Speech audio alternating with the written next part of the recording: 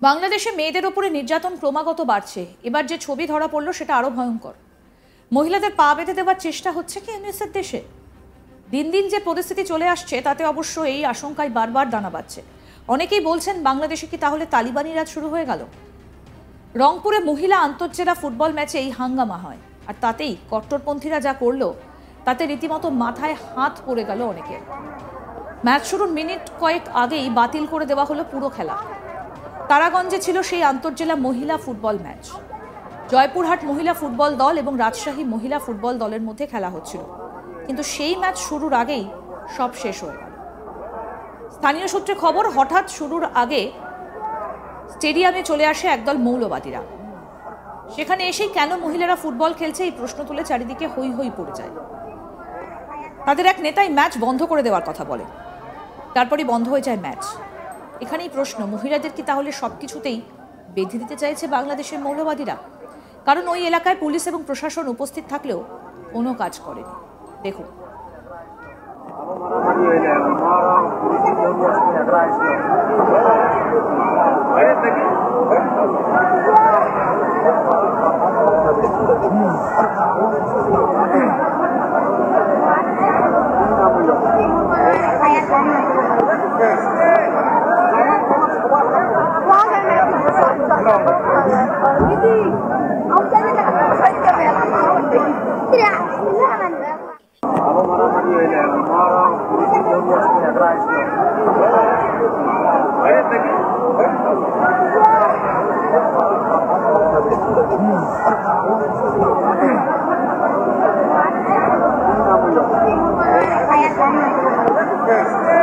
উল্লেখ্য, নতুন করে পালে হাওয়া পেয়েছে বাংলাদেশি মৌলবাদীরা।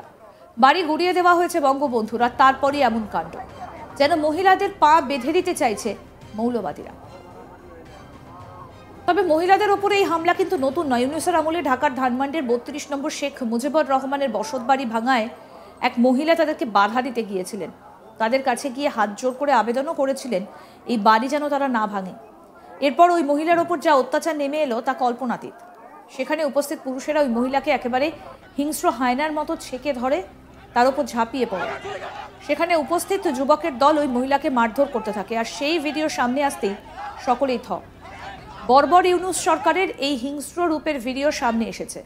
দেখুন এক ঝলকে সেই ভিডিও।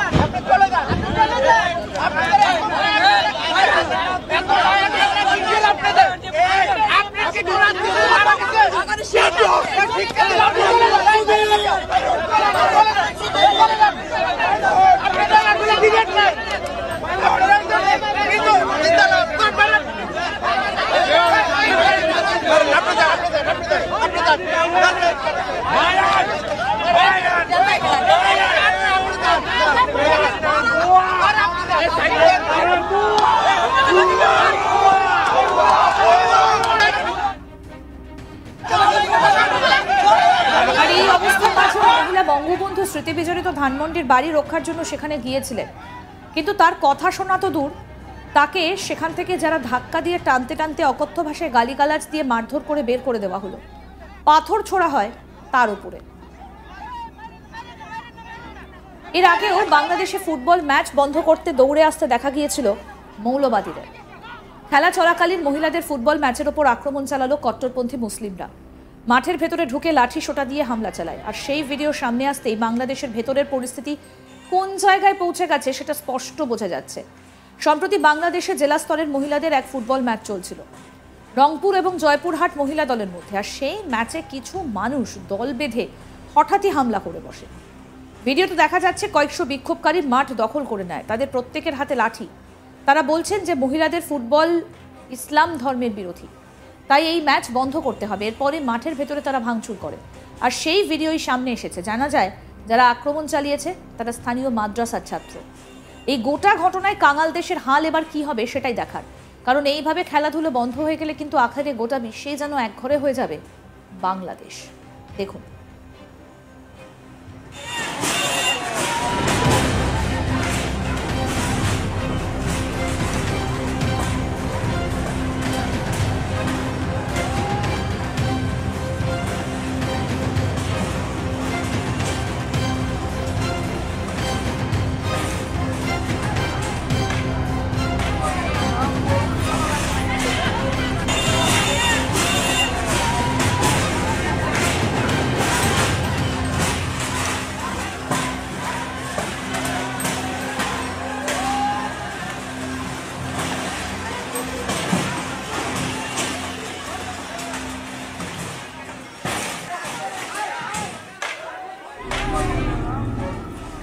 বাংলাদেশে মেয়েদের উপরে নির্যাতন ক্রমাগত বাড়ছে। এবার যে ছবি ধরা পড়ল তা আরও ভয়ানক।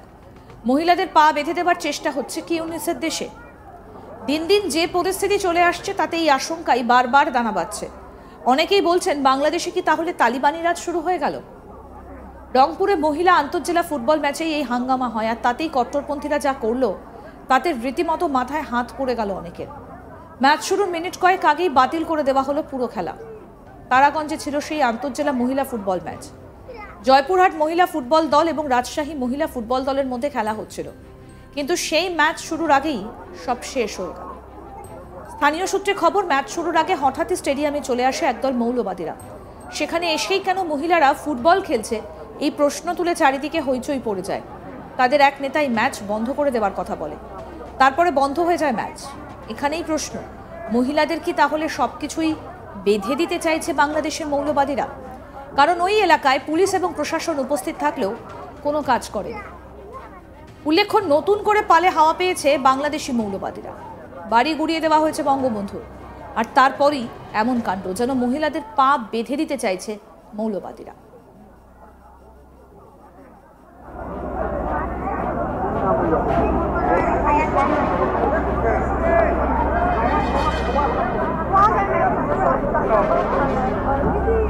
তবে মহিলাদের উপরে এই হামলা কিন্তু নতুন নয়। ইউনূসের আমলে ঢাকার ধানমন্ডির ৩২ নম্বর শেখ মুজিবুর রহমানের বসতবাড়ি ভাঙায় এক মহিলা তাদের বাধা দিতে গিয়েছিলেন।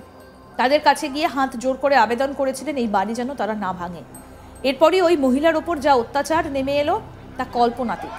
সেখানে উপস্থিত পুরুষেরা ওই মহিলাকে একেবারে হিংস্র হায়নার মতো ছেঁকে ধরে তার ওপর ঝাঁপিয়ে পড়ে। সেখানে উপস্থিত যুবকের দল ওই মহিলাকে মারধর করতে থাকে, আর সেই ভিডিও সামনে আসতেই সকলেই থ। বর্বর ইউনূস সরকারের এই হিংস্র রূপের ভিডিও সামনে এসেছে। দেখুন সেই ভিডিও।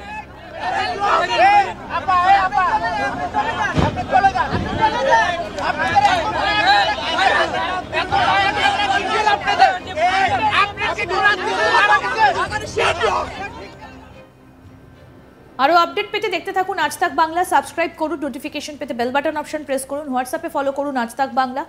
ভিডিওটা লাইক করুন, শেয়ার করুন, কমেন্ট করুন।